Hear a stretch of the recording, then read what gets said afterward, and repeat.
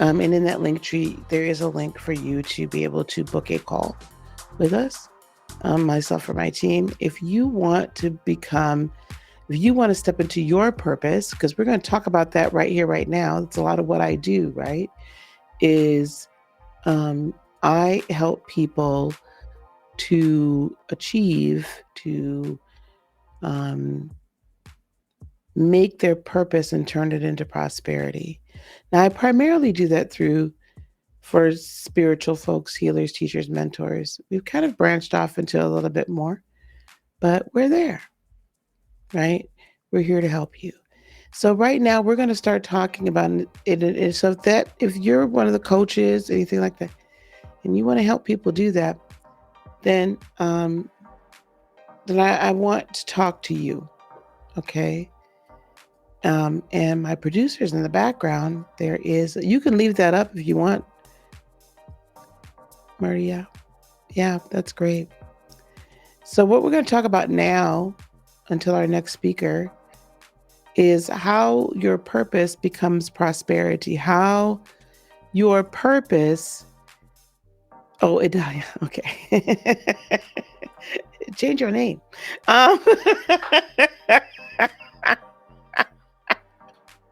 Wait a minute.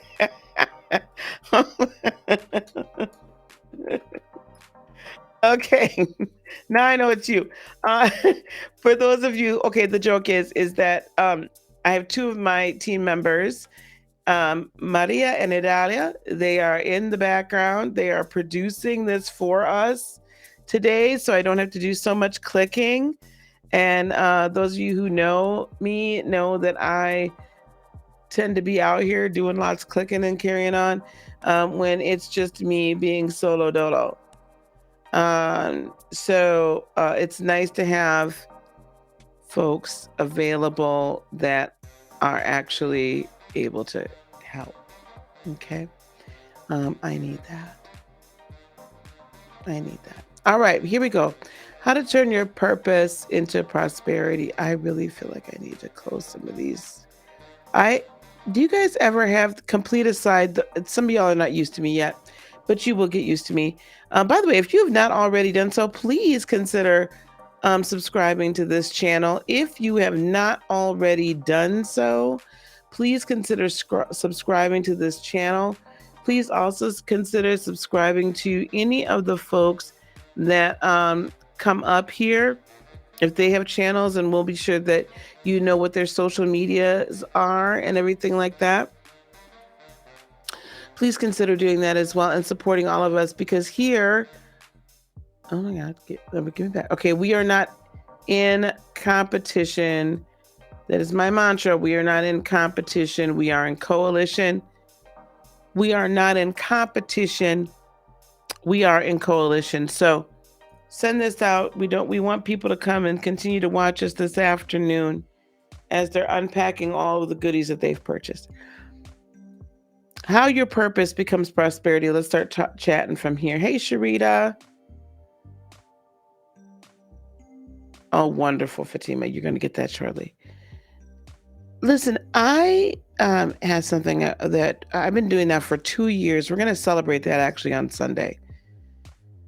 2 years I have been running some iteration of what we call the Practical Lightworker. It started out as an 8-week course that was just spiritual. What was it? I don't remember. Spiritual enlightenment, I think. Anyway, and it was that 8-week course was about getting to know yourself. And then I was just stepping my foot into, dipping my toes into teaching other people how to become coaches and teaching others how to create businesses that were prosperous, that were them operating within their purpose. Now, for a lot of us, if you're in the spiritual community, I'm going to talk to y'all first, and then we're going to talk to everybody else. Well, actually, this can be said for everybody. We're taught at a very young age that we can't possibly do what we love to do and make a living at it, right? I'm not the only one. I'm gonna put this over on Facebook.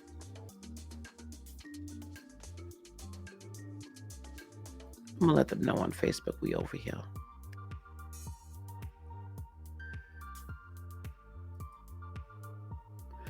Um,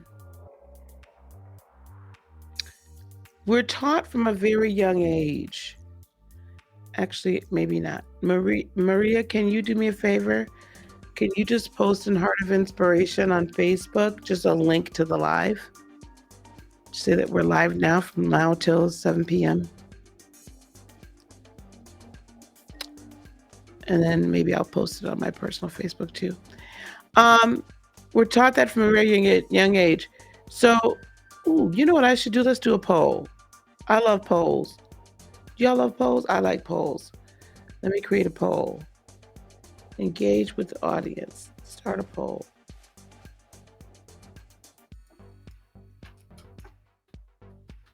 Were you taught that doing what you loved to do wasn't going to make you any money?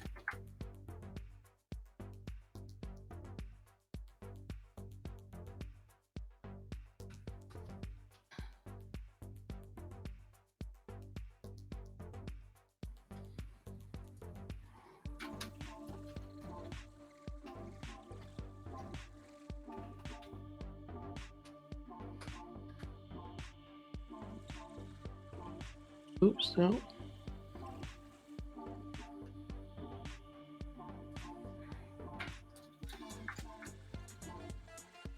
All right, here we go.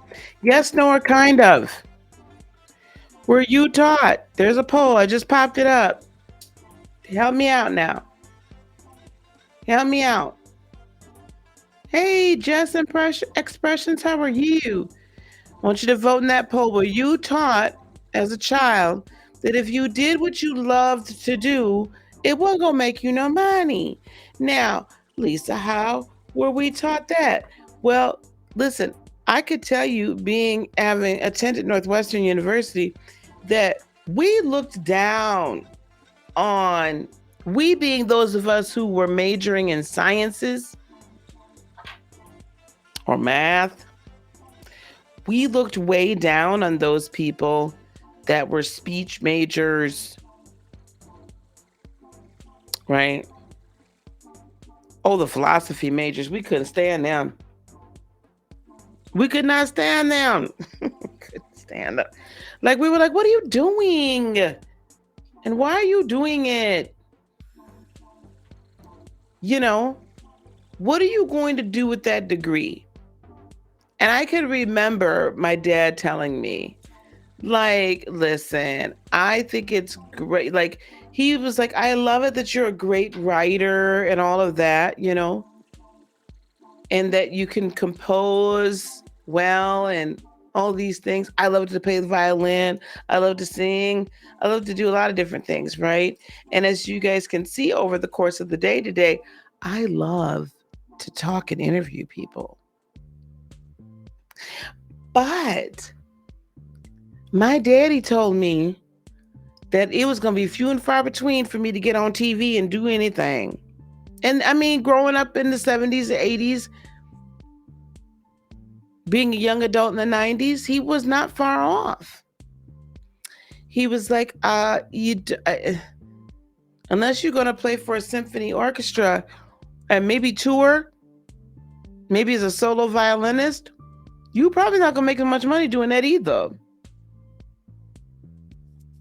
Right? So he was like, you got to pick a major that's going to benefit you. And speech and English, being an English major, unless you're going to be a teacher or something, that wasn't it. That was not going. Right? So Faith says, Fatima says you're Indian and in Southeastern culture. If you're not a doctor or a lawyer, you get disowned. That's true. Or you're half Indian. Okay, got you. That's true. Some people are looked at well, if they're doing certain things, some people not. So we're taught though at a young age, but I do get to hear, and I'm gonna check the poll again in a minute. I do hear a lot of people saying, "Oh, don't follow the money, follow your passion." And I don't disagree with you. I actually don't disagree with that, which is how I ended up here, finally, and how I was a serial entrepreneur. I was a serial entrepreneur. I have sold everything from Mary Kay to, it was Quick Star by the time I was doing it, which the old Amway. I don't think I ever really signed up to sell Avon. Almost signed up to sell Tupperware. Pampered Chef, Plexus, Leah Sophia, these are all at home, like home-based businesses, right? People call them MLMs. I don't know that I really term them that, but whatever. Market America. I mean, all of these, and I'm not disparaging any of them. Can I just say that here as well? I'm not disparaging any of them. I had my own trucking brokerage. What else have we done? We did a couple other things. Financial instruments, let's just say. I have been a serial entrepreneur all the way up until this time where I finally did it and was able to leave corporate America and not look back. But so what was the difference this time as opposed to all the other times where I started these businesses, but they didn't quite work out? Thrive. Weight loss has been a big thing. Thrive. And some of these home businesses, these direct marketing companies, some of them, I was making 5 figures a month. I was pulling in a good 10, 15K. I had teams. It wasn't like I was just, just kind of out here willy-nilly. I was making a good buck. Building a team, everyone's real. I don't know if any of y'all ever been involved in those businesses, in those companies, but man, you start building a team and bringing in 5 figures, they are loving you, right? They are loving you. Just Expressions says, I was taught that since I love to write, you were taught that you shouldn't do it because you love to write and coach people. Mm-hmm. You did the first two. Okay, see, I'm not the only one.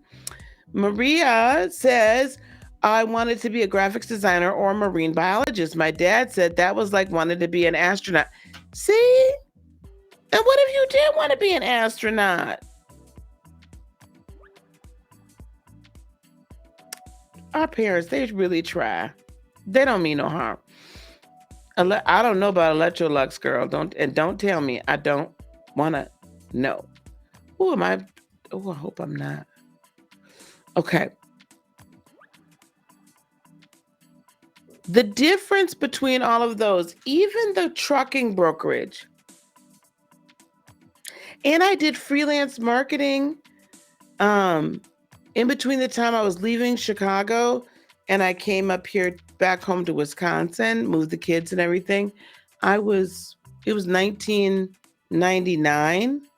So by about 98 into 99, I was doing freelance marketing for architects, very specifically, and construction management, or like general contractors, because I was in that field. I was in that sector in Chicago doing marketing and stuff and sales.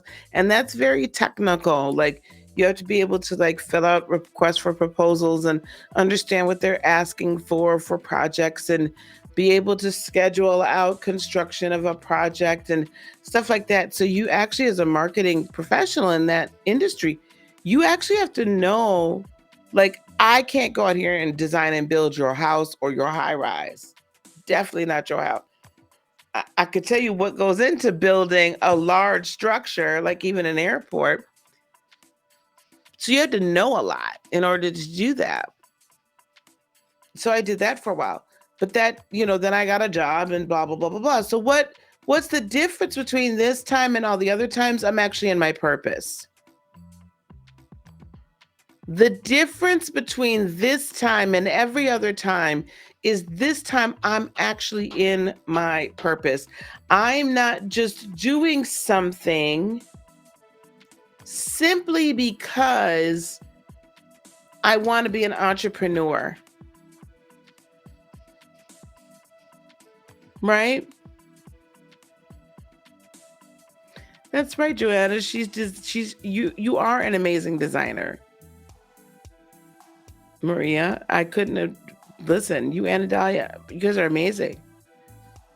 It does come down to breaking ancestral paradigms. I will agree with you, Fatima. Shakima says, I wanted to be a band director, music educator. Oh, wow. My family said I was too, quote unquote, too smart for that and wouldn't make money. Definitely would have been happier there than in corporate. Absolutely. I mean, you might not have made the same amount of money, but would you have been happier? Okay, that's a whole nother story, guys. I'm way off track now. Like, I could go down that rabbit hole easily. How your purpose becomes prosperity. I was doing all of these other things as an entrepreneur, as someone seeking to not work for a corporation, as someone who had the desire to, drive to, ability to, energy to create their own company and their own level of prosperity, right? But somehow I would get some measure of success and then it wouldn't. Now, there are other factors in it besides purpose, but I think that we're going to outline a lot of that here too. Number one, none of those things were my purpose. As much as all of those people, especially the ones in the direct marketing companies, wanted to make it that was my purpose in life. God bless them. I appreciate them for that. And perhaps to them, it looked like because I had gained some level of success that it was indeed my purpose. But yes, I was prosperous, but it was only going to last so long because it wasn't feeding the other side of me. Just like corporate America. Yeah, I got to certain levels. Yeah, I made good money. I was making good money, but it wasn't feeding me. It wasn't feeding my soul, which meant it was draining me, which meant I'd be exhausted after dealing with all of that. And then off I traipsed to go and do what? Do something in the entrepreneurial realm. Why? Because I wanted to be free. I wanted to be able to, if I want to take 3, 4, 5 days off and go somewhere, turn off my phone. I'm not thinking about nobody. I'm turning off the laptop and I'm there. I want to be able to do that. I want to be able to go and take my granddaughters places and for us to travel. I want to travel. I don't want to have to worry about how many vacation days and sick days I have. So can I take the time off? And then I got to ask somebody. That irritates which is why I would say for the most part, I mean, of course we need some order. And my team can talk about, like my team can jump in the back chat here and tell me if I'm out of order. if I'm not holding up to this. But my desire is for them, for my team, to not really feel like they got to ask for time. Oh, you need to do something? Okay. You're not feeling well? Go lay down. I don't, no, go. Like let me know, but that's about it. Because we'll work out the rest of it. As this is a growing company, I'm not trying to micromanage people, man. I don't have time for that. And I can't. Right? If you're getting everything done, then just go on and do it. But I did not want to be in a position where you're told at the beginning of you start a job and you're given or you earn 2 weeks of vacation out of 52.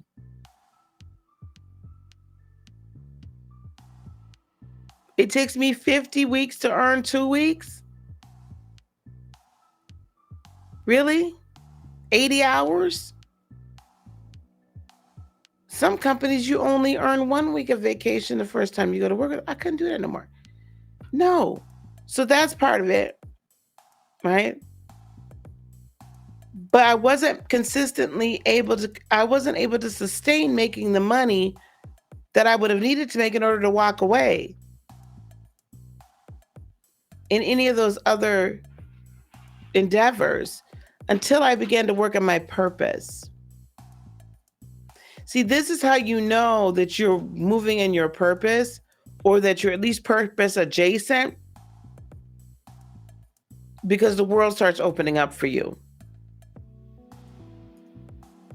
The world literally starts opening up for you. All of a sudden, opportunities come knocking at your door, windows fly open, doors fly open, people just come across your path, and you're like, God dang. Because you're in your purpose. Now, how do you take your purpose? I'm gonna catch up. I don't want to be out of this situation.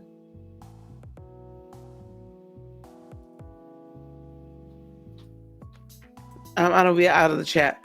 How do you maintain your momentum? Yep, that's where, here we go. When you don't have support as an entrepreneur, we're gonna get to that real quick. Your parents didn't embrace creativity and big dreams, or they'll make those dreams of what theirs are. Yeah, I love it, Lavon, that you're able to be in LA and live as a full-time writer. That is so amazing. Listen, I don't have ADHD and I can't work for other people. Find your community helps so much. Oh my goodness. Okay, I'm sorry, Jace. I didn't see that up there. Okay, and Adalia wanted to talk. So Adalia says, my family made fun of me when I told them I wanted to be a visual artist, but I discovered that the most important voice was mine. Yes. And that in the end, it was my life. So only I could decide how far to go. That is so absolutely true. And Fatima, when I decided to use my story to want to help others, I attracted so many people to help me get there. Oh, including clicking on this video. Thank you so much. I want to go back up here and I want to talk about this as we're talking about how to turn your purpose into how your purpose becomes prosperity. Maintaining momentum when you don't have support as an entrepreneur. This where the rubber meets the road. Are you going to use your own voice and follow your own path?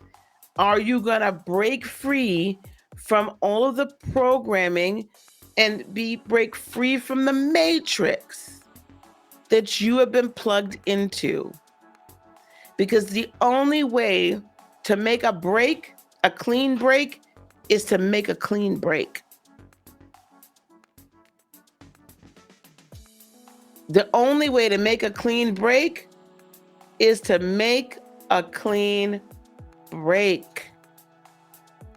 What does that mean? You might have to break from family traditions as far as belief systems, for religion, for education, for monetization of that education, because that's exactly what you're doing when you go out here and get a job.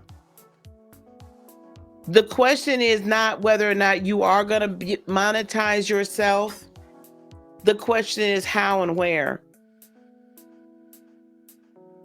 And to whom are you giving the majority of your energy while you're monetizing? Can we be real about that for a second? What do you think you're doing when you go get a job for a corporation or a company or someone else, period? You are monetizing of whatever set of skills, your energy that corporation or company wishes to utilize of yours. What is the difference between that and what I do? I quote unquote monetize it for myself. Are we this I'm going to feed into this, but I want y'all to get this right now because this is very important.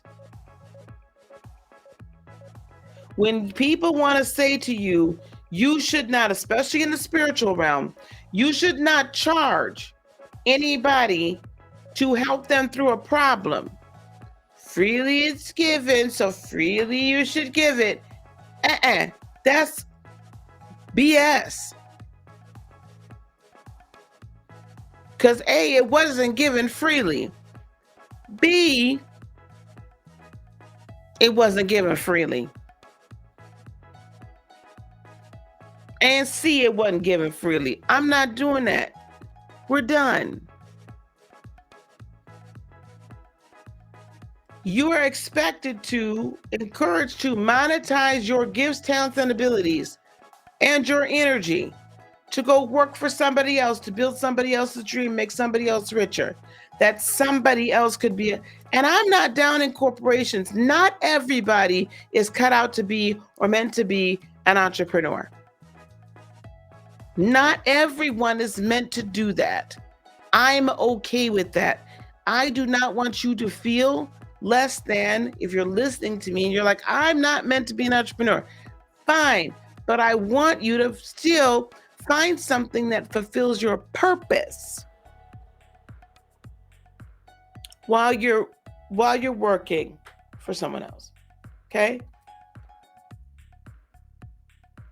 Find something that fulfills your purpose while you're working for. In other words, find someone or some company or some corporation to work with and for that values you, values your talents, your gifts, and abilities, has a vision that you can agree with, and has a mission you can agree with, and is going on that mission. Now, how do you maintain momentum when you don't have support as an entrepreneur?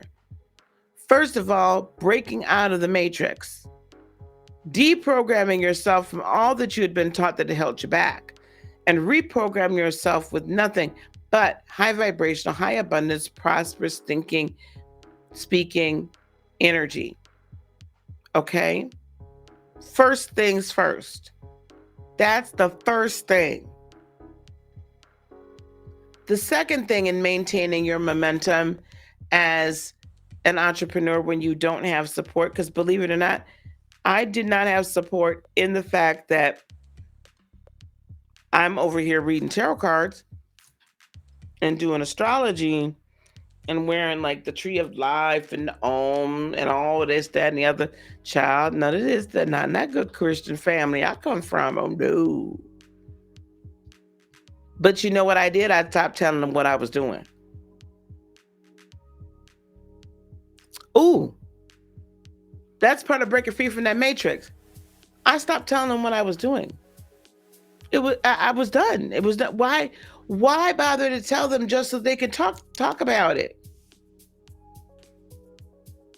So they can have something to say and tell me I'm going to hell? No, I'm good. Stop talking about it to them. Sometimes you got to cut yourself off energetically from people that are bringing you down, if it is at all possible. Levon said his family didn't believe that he could be, that writing could be a real career. He had to prove it. Fatima says a salary is the bribe that they give you to sacrifice your dreams. Okay? So how you keep your momentum, you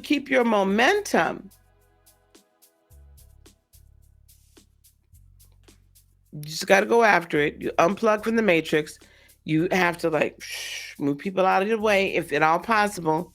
And if you got to tell somebody what you're doing, minimize it. Like tell them a minimal amount. So, folks ask me what I do. Oh, I'm creating content on YouTube. Oh, I'm life coaching. That wasn't no story. I was life coaching. Yeah. They didn't need to know everything else I was doing. That wasn't none of their business. It solved a whole lot of problems. You know what it solved? It allowed me to grow to the point that I'm at now. And a few months ago, I was able to be like, listen, this is what I'm doing. So I don't know what to tell you. And I really don't care what you think about it. That's the gag. Because once you can move that negative energy out of your space, momentum becomes inevitable. Another way that your purpose becomes prosperity and you keep momentum in it, always keep your eye on the prize and not on the path. Keep your eye on the prize and not always on the path. What do I mean by that? I had a goal when I started coaching that I wanted to have a six-figure or multiple six-figure coaching business. Why? I was already making over six figures in corporate America, plus I had benefits and all this jazz.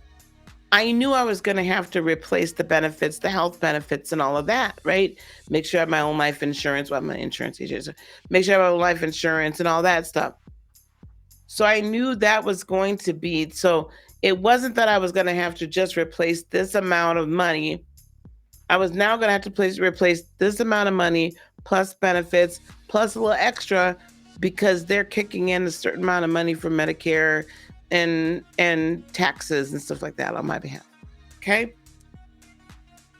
Independent of the tax deductions, guys. This is just what I was thinking.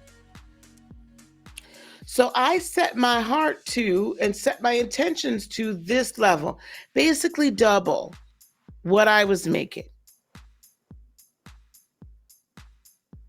before I would quit on my own. And I got there. Even though it was hard all along the way, even though I was like, I don't know what the heck kind of coaching I'm going to be doing. I can't do this all. You know what I'm saying? But my eye was on the prize and I let my higher self work through the process. So my eyes aren't on the path and the process, they're on the prize. I'm always looking up, not down, not in the rearview mirror, up. You got to do that. Also, I didn't tell everybody what my prize was. That's a consistent theme. We tell too many people what we're thinking. And then that implies that we're actually asking them for an opinion, which we're probably not. Because we don't want their input and their energy. Okay, so you got to keep your eye up here on that prize. Keep your energy up here into that manifestation mode and don't worry about the process along the way. Because if your mind knew the process along the way to get to prosperity, you would never take the trip. If you knew, a lot of us, most of us, if we're honest with ourselves, most of us would not have taken the trip. Because we'd have been like, no, business gonna dip over here, and this person gonna have something to say over here, and that person over there gonna have something to say, and whatever. We wouldn't have done it. We wouldn't have done it.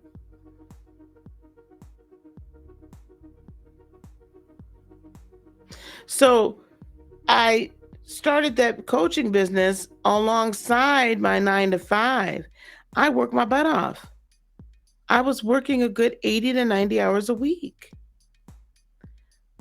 But my side hustle was my love child. My side hustle was my passion.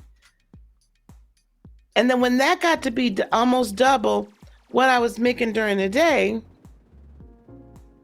I still didn't quit my job. But what did happen is that then I decided that I knew from spirit to create in November 2020, create what has now become this. I kept my momentum going by making sure at each step of the way I'm checking in on my purpose. Does this fit my purpose? Is this serving me in some way? Is this furthering me down the road to achieving fulfillment? And if it does, then keep going. If at any moment you're like, this ain't right, okay, well, we got to figure out what's going on. Is it just that you don't like filing? Don't like doing your taxes and your QuickBooks? Or is it really something that's integral to walking on that path, right? Or fulfilling that purpose? That's how we do our checks and balances. All right, you're going to take your purpose and you're going to institute a plan, but it's not going to be so tight that there's no room for growth and adaptation and agility. What was an 8-week program 2 years ago is now a 6-month program. If I had just stayed and saying, this is it. This is it. 8 weeks, no more. That's it.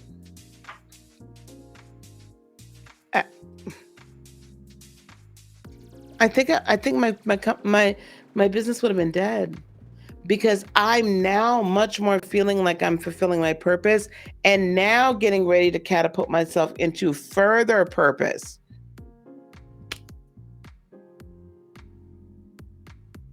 Further, right? We're going to do some more new things. Do you understand?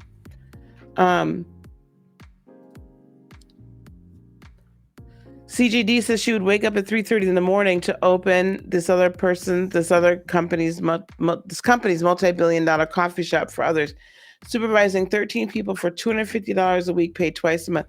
I can't even understand that concept. It was a high-stress job. Why do that for someone else? No, absolutely not. Never.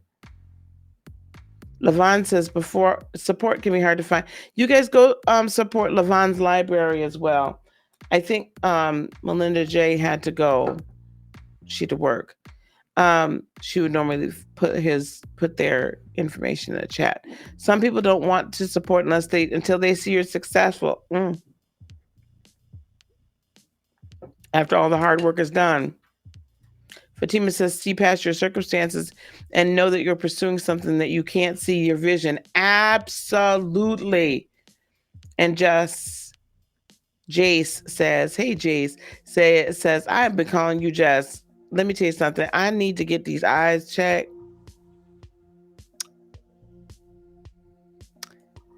That's all I could tell you. It's time to get my prescriptions from my contacts changed. Jace's boundaries. Absolutely, Jace. Child, you know what? And God bless you. I know you can't talk back to me, but God bless you. You just let me say it. Bless your heart. And didn't even correct me. You correct me next time. And then ask me, you going to get your eyes checked? Anyway. So turning your purpose, how your purpose becomes prosperity is by allowing that purpose to help facilitate the vision but breaking free from all of everything else that's holding you back from actually fulfilling your purpose, then that purpose is allowed to grow. And then what you know and love then becomes abundant and multiplies for you. But you got to put foundations down. And sometimes you just can't show nobody else your plans for your house. Let them think you building a 2-bedroom home with 1.5 baths. Usually they only have one, but I'm going to give you an extra half. Let them think that that's what you're doing.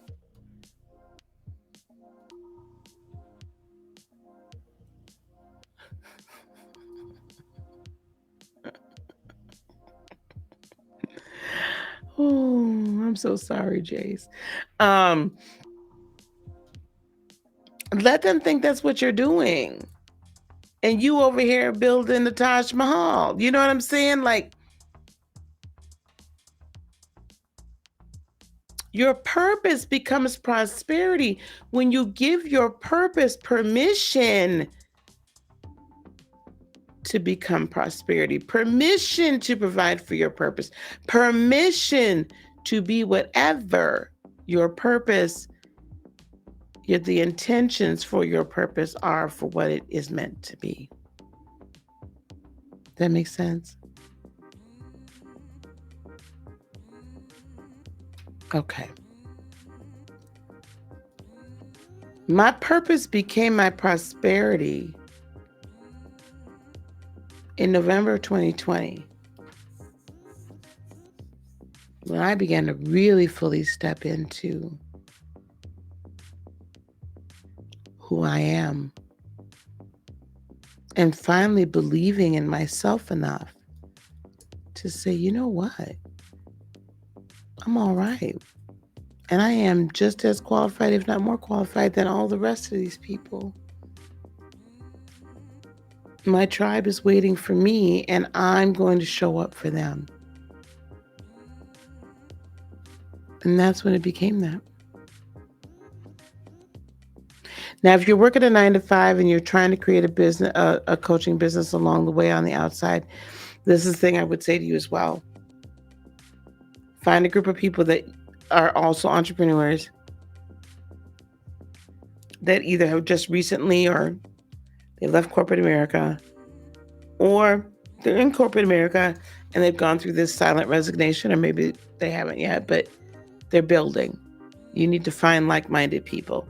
That's going to help you tremendously. You're probably not going to find that in your personal life. You're probably going to find it online. That's going to help. Second of all, get you a calendar, 2, 3, 4, and make sure everything gets written down everywhere.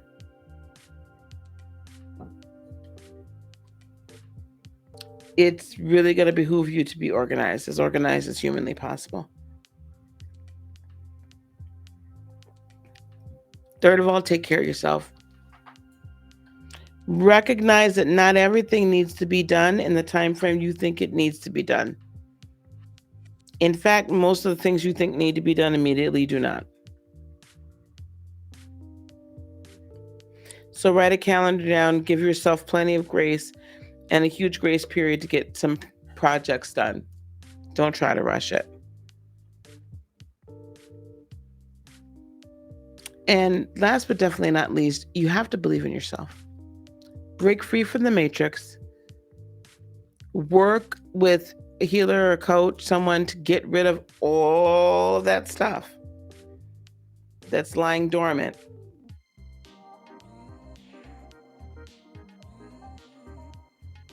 So that you can grow. Okay, because it might be holding you back.